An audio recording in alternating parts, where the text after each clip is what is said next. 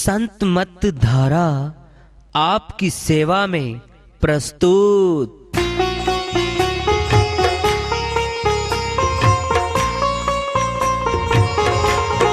जो चाहता है प्रभु प्यारा वो आओ संत मत धारा। भक्ति भेद बता कर सारा वो कर दे भव के पारा। जो चाहता है प्रभु प्यारा वो आओ संत मत धारा। भक्ति भेद बता कर सारा वो कर दे भव के पारा। जो चाहता है प्रभु प्यारा।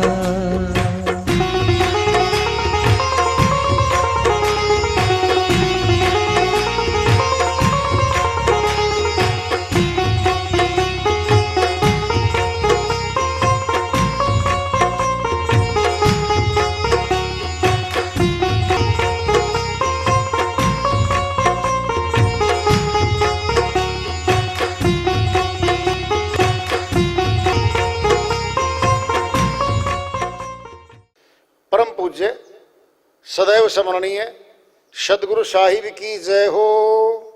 सतनाम साहिब। आदरणीय सर्व संतों की जय हो। उपस्थित आदर के योग प्रभु प्रेमी एवं जिज्ञासु आत्माओं, हम सभी पूर्ण पिता परमात्मा सभी सृष्टियों के रचनहार कुल मालिक हम सब के जीवन का आधार उनकी महिमा को सुनने के लिए एकत्रित हैं। मेरी सभी से अर्ज है कि मैं कोई जगत गुरु नहीं, कोई महाराज नहीं, कोई महामंडलेश्वर नहीं। मैं केवल सभी संतों की चरणों की धूल हूँ और आपका भक्ति मार्ग में सहायक हूँ। मैं अपनी सीधी साधी टूटी फूटी भाषा में, संदुकड़ी भाषा में भक्ति भेद के गूढ़ रहस्यों को उजागर करने वाले विचार आपके समक्ष रख रहा हूँ। यदि अच्छे लगे अपनाएं, नहीं तो गैर जरूरी समझकर विसार दें। हाँ, सत्संग ही एकमात्र प्रभु प्राप्ति का विद्यालय है, विश्वविद्यालय है ये। और हम सभी सत्संग में आए हुए हैं। हम जिज्ञासु तभी तो आए हैं। हम पिछले सत्संगों से वार्ता करते चले आ रहे हैं कि चेतावनी से प्रभु प्राप्ति की ओर। इस अध्याय को, इस वार्ता को आज फिर आगे बढ़ा रहे हैं।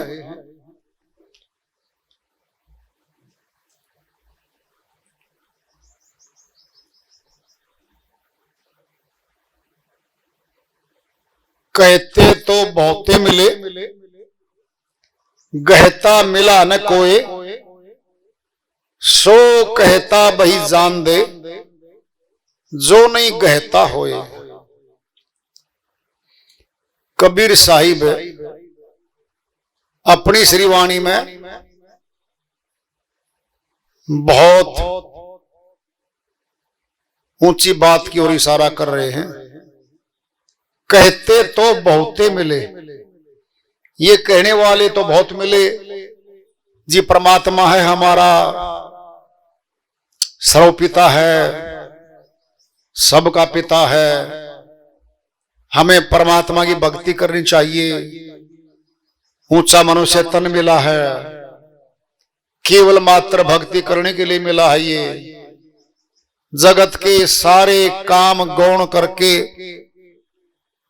भक्ति को प्रथम रख के हमें चलना चाहिए और जल्दी भक्ति करनी चाहिए। ये कहने वाले तो बहुत मिले। साहिब कहते कहते तो बहुते मिले, बहुत मिले, ऐसे लाखों लोग मिले। गहता मिला न कोई, जो ग्रहण करने वाला हो संतों की श्री वाणियों को ग्रहण करना। ग्रहण कैसे करेंगे? मुख से बोल लें, कान से सुन लें, ये केवल ग्रहण करना नहीं है। उसको अपने जीवन में लागू करना, आत्मसात करना, उसको अपना लेना। कैसे? अध्यापक विद्यालय में होते हैं और वह सुबह कक्षाएं नियमित रूप से शुरू हों इससे पहले प्रार्थना करते हैं। सभी बच्चों को कतारबद्ध पंक्ति में खड़ा करते हैं। सारा स्टाफ, सभी शिक्षक, सभी विद्यार्थी, अध्यापक गण सामने खड़े होते हैं, विद्यार्थी सामने बैठे होते हैं या खड़े होते हैं। पहले तो बैठे होते थे। क्यों? क्योंकि खड़े हुए अध्यापक सामने दिख जाए बच्चों को। अब कई जगह खड़ा भी कर लेते हैं बच्चों को, लेकिन प्लेटफार्म बना होता है विद्यालयों में, मंच बना होता है, ऊंचा होता है मंच, उस पे अध्यापक खड़े होते हैं। अध्यापक सब विद्यार्थियों को दिखते हैं, प्रार्थना करते हैं परमात्मा से, प्रभु से मिलके करते हैं सभी। प्रार्थना का सार क्या है? हे प्रभु, सर्वज्ञ हो, सर्वव्यापक हो, सर्वशक्तिमान हो, सबको शक्ति देने वाले हो, सबको सुख देने वाले हो, सबको शांति देने वाले हो, अब दाता हो। हम बहुत तुच्छ हैं, अल्पज्ञ हैं, हमें कुछ नहीं आता। आप हमारे पे दया करें, कृपा करें, हमें विद्या का दान दें, विद्या में आगे बढ़ाएं, गुरुजनों का मान सम्मान करें, हम अध्यापकों का मान सम्मान करें, अपने माता पिता, अपने आदरणीय वृद्धों का, बुजुर्गों का हम मान सम्मान करें, देश के अच्छे नागरिक बने और परमार्थी कर्म करें। हम अपनी शिक्षा से समाज को और देश को कुछ दे पाए, जीवन में ले नहीं पाए, दे पाए। ये प्रार्थना मिलके करते हैं। प्रथम तो सचमुच में देखा जाए तो वहीं से शुरुआत है। विद्यार्थी जब अध्यापक के सामने जाता है, well begun is half done, अच्छी शुरुआत आधी सफलता दिलवा देती है। शुरुआत ही अच्छी हो गई भाई, परमात्मा की वंदना करते हो, विनती करते हैं, तेरे मिलने को भगवान बना मन मंदिर आलीशान।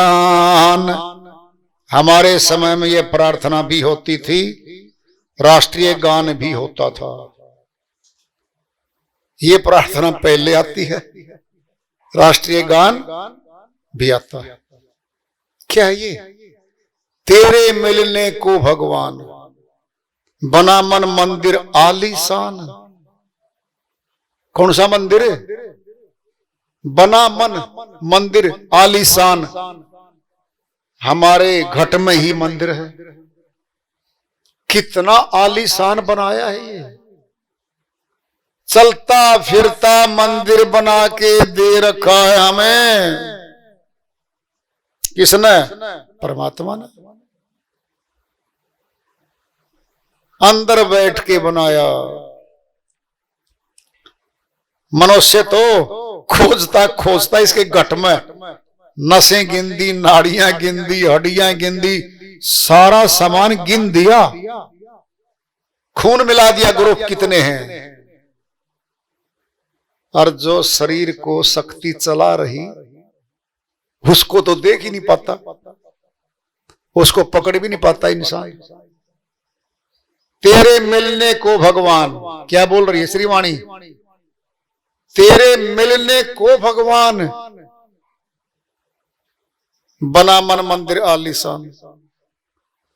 परमात्मा को मिलने के लिए बना है ये।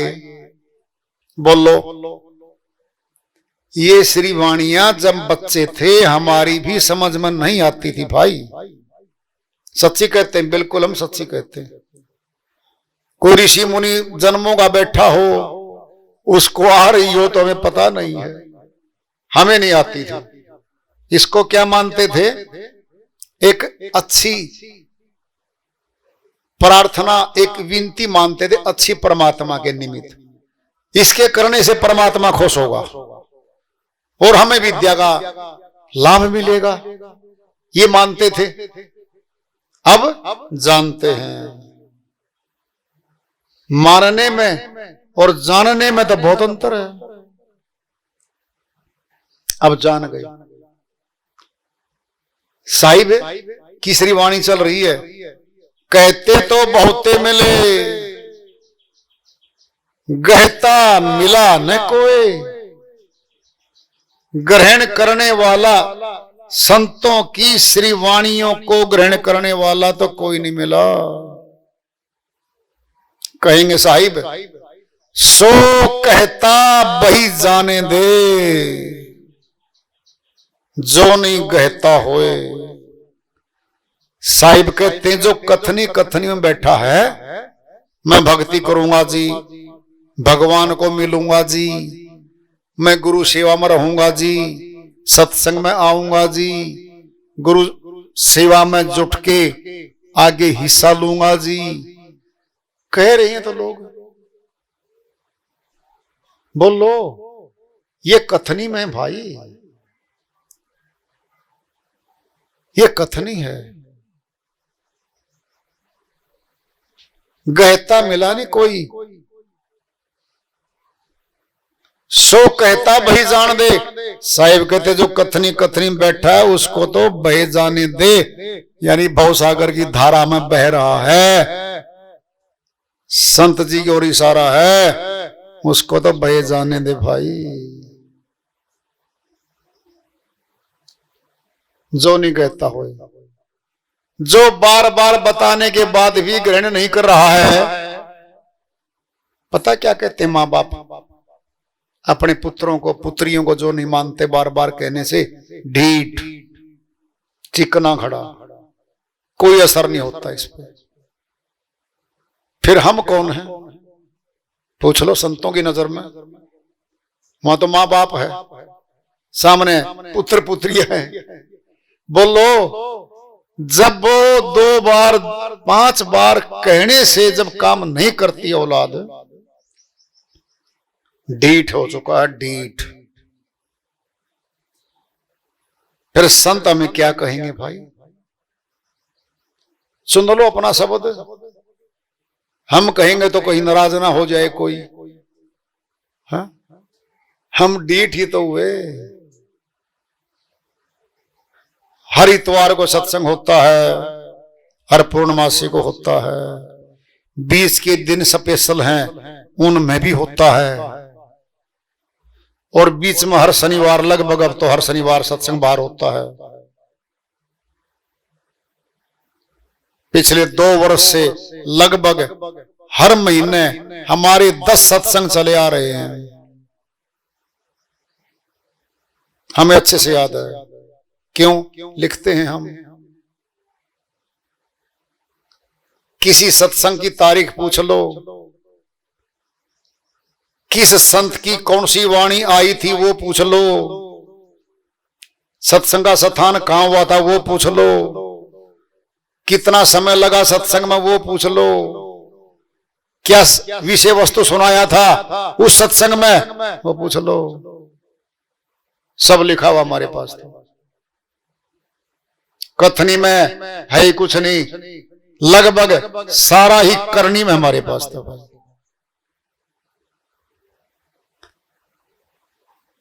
तीस लगभग संतों की श्रीवाणियां लिखी हुई, संजोई हुई हमारी डायरियों में भरी हुई है। पढ़ते हैं, याद करते हैं, आत्मसात करते हैं और तुम्हारे सामने सुनाते हैं। क्या है ये करनी? कथनी मीठी खांड सी, करनी विष की लोए, कथनी छोड़ करनी करे तो विष से अमृत होए। कबीर साहिब इसी श्रृंखला में श्रीवाणी है, कथनी मीठी खांड सी। कहने में तो बहुत अच्छा लगा वो व्यक्ति, बेटा ये काम करने हैं, हाँ जी अभी लो, अभी लो तो कह गया, उस कार्य को शाम तक नहीं किया। क्या ये कथरी मीठी खांड सी? सुनने वालों को बड़ा अच्छा लगा, कितना अच्छा बच्चा है यार ये। तुरंत बोल रहा अभी लो, अभी लो, अभी लो, 10 बातें अभी लो में चली गई, शाम तक एक भी काम पूरा नहीं किया। क्यों? करनी विष की लोए, करनी करने ताकत लगती है, समय लगता है, पसीना बहाना पड़ता है। करनी विष की लोए सफलता दिलाएंगे। अब कथनी छोड़ करनी करे तो विष से अमृत होए। साहिब कहते हैं जो कथनी कथनी कर रहा था, कर नहीं रहा था, करनी विष के बराबर हो रही थी उसके लिए। वो कथनी को छोड़ के करनी पे आ जा, विष से अमृत क्या होगा? सुनना है, सुन लो। समय बीत रहा है, सबसे कीमती अगर कुछ संसार के भौतिक जगत में, हमारे परिवार में, विद्यालय में, दुकानों पे, फैक्ट्रियों में, दूर तक चले जाओ, अगर कोई मूल्यवान वस्तु है वो समय है। समय ही तो है। समय जहां लगाएंगे वहां की प्राप्ति करवाएगा। संसार में समय लगा रहे हैं, फिर संसार की वस्तुएं हम खरीद रहे हैं, घर में ला रहे हैं और कमाई कर रहे हैं संसार की। फिर भक्ति में अगर समय लगाएंगे फिर भगवान नहीं मिलेंगे, ऐसा तो हो ही नहीं सकता, हुआ ही नहीं आज तक, हो भी नहीं सकता। क्यों? बोलो क्यों? जगत की कुछ प्राप्तियां दूसरे मनुष्यों के अधीन हैं, नहीं पता हो आपको। 1 महीना हमने फैक्ट्री में, दुकान पे, ऑफिसर के अधीन कहीं भी नौकरी करी हमने। हो सकता वो कह दे वेतन वाले दिन अगले महीने मिलेगा, वेतन नहीं मिलेगा आपको, 1 पैसा भी नहीं मिला, बोलो।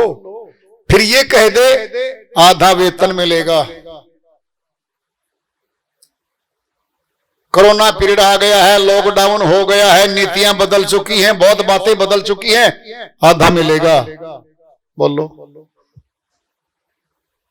ये अपने अधीन नहीं है कि कमाई भी पूरी लेके हम आ जाएंगे। परमात्मा दयालु है, उसका नाम क्या नाम है? दयालु है। दयालु दया करता है,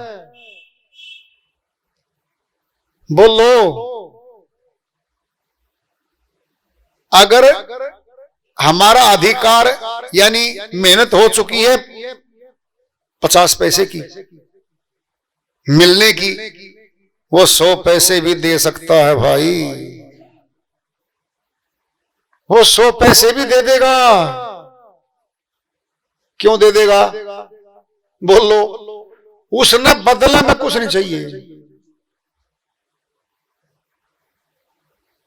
फिर क्या देंगे हम उसको? सथुल धन उसको चाहिए नहीं, सथुल माया कोई पदार्थ उसको चाहिए नहीं। क्या दे रहे हम? भाव, श्रद्धा, समय।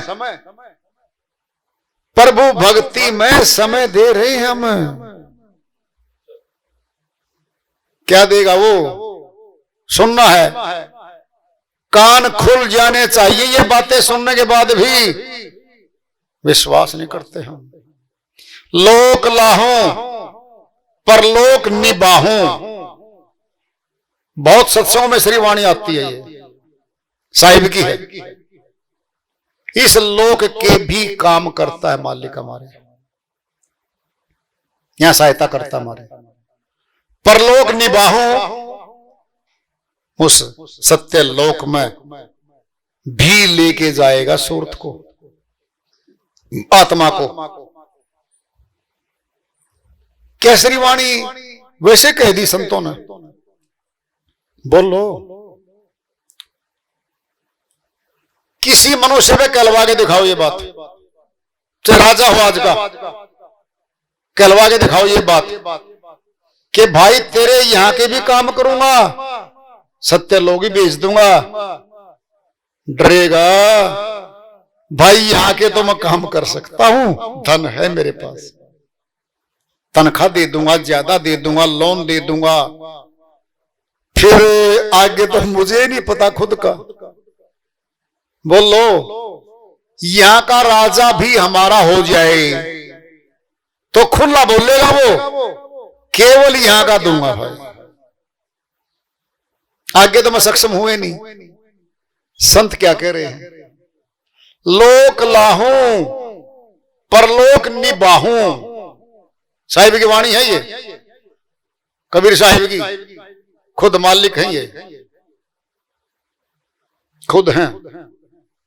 इसी पे शंका है बहुतों को, तो इसी पे शंका है बहुतों को, तो जी क्या है जी?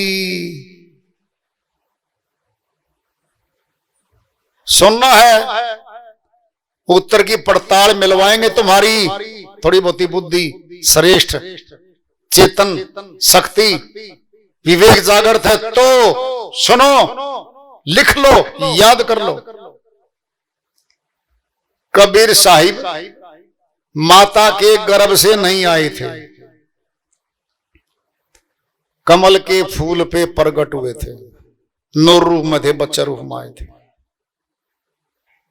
तुम्हें उत्तर की पड़ताल मिलवाएंगे हम, इतनी सुन लो। पहले तो प्रकट होके आए थे, किसी माता के गर्भ से नहीं आए थे। जब शरीर छोड़ा था घर में, हिंदू मुसलमान 64 लाख शिष्य बराबर बराबर के शिष्य थे, इतने हिंदू थे इतने मुसलमान थे। जब शरीर छोड़ा था साहिब ने, फूल मिले थे, कमल के फूल थे, कमल पे आए थे, कमल के सुगंधित फूल थे। आधे हिंदुओं ने ले लिए, आधे मुसलमानों ने ले लिए। हिंदुओं ने समाधि बना ली, मुसलमानों ने मजार बना ली। ध्यान से सुन लो, मगर में हम 8-10 बार जा चुके हैं, हर वर्ष जाते हैं हम। आपको दोनों चीजें मिलेंगी वहां पर, इधर समाधि है, हिंदू लोग सनातनी लोग जाते हैं, मत्था टेकाते हैं वहां पे। कबीर साहिब की समाधि स्थल लिखा है, आगे चलो बिल्कुल 50 फुट दूर कबीर साहिब की मजार। पूछ लो अपने आप से, साहिब को छोड़ के चाहे कोई भगवान आया हो, पृथ्वी पर अवतार आया हो, कोई संत आया हो, किसी की दो चीजें हो आज हो, बता दो। समाधि भी हो और मजार भी हो, बता दो कहीं हो तो आज तक, बोल लो। फिर प्रश्न पैदा करो, एक आदमी की दो चीजें बनाओगे कैसे? सदगुरु रहे हैं, शीशे सामने खड़े हैं, हिंदू मुसलमान। हिंदू कहते हैं हमारा गुरु है, हम तो दाह संस्कार करेंगे हमारे गुरु का। मुसलमान कहते हैं हमारा गुरु है, हम मुस्लिम रीति से दफनाएंगे। अब बोलो, अगर दोनों की शक्ति काम करे और साहिब का शरीर होता, क्या आधा आधा काट देते वो? बोल लो, क्या शिष्य ये काम करते, शरीर को काट देते क्या? गुरु के शरीर को कोई नहीं काट सकता।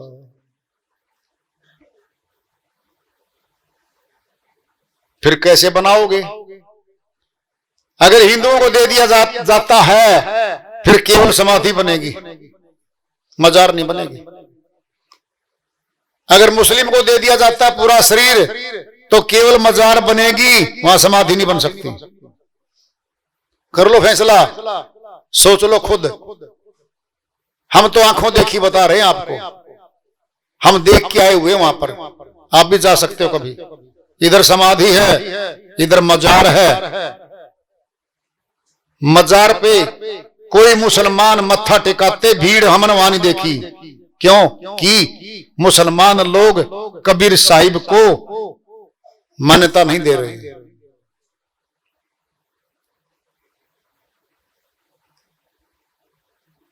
सनातनियों में, हिंदुओं में उनसे जुड़े हुए के कारण, उनसे तत्व ज्ञान लेने के कारण आज भी कबीर साहिब को सदगुरु मान के, वेदी मान के, उन्हीं के पंथ पे चल रहे हैं। करोड़ों चल रहे हैं आज भी।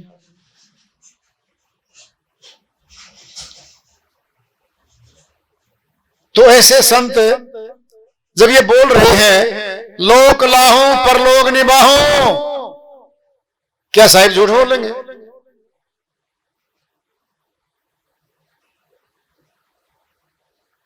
करो फैसला। ऐसे साहिब का ज्ञान है अपने इस दरबार में, पूर्ण है, बिल्कुल पूर्ण ज्ञान है साहिब वाला।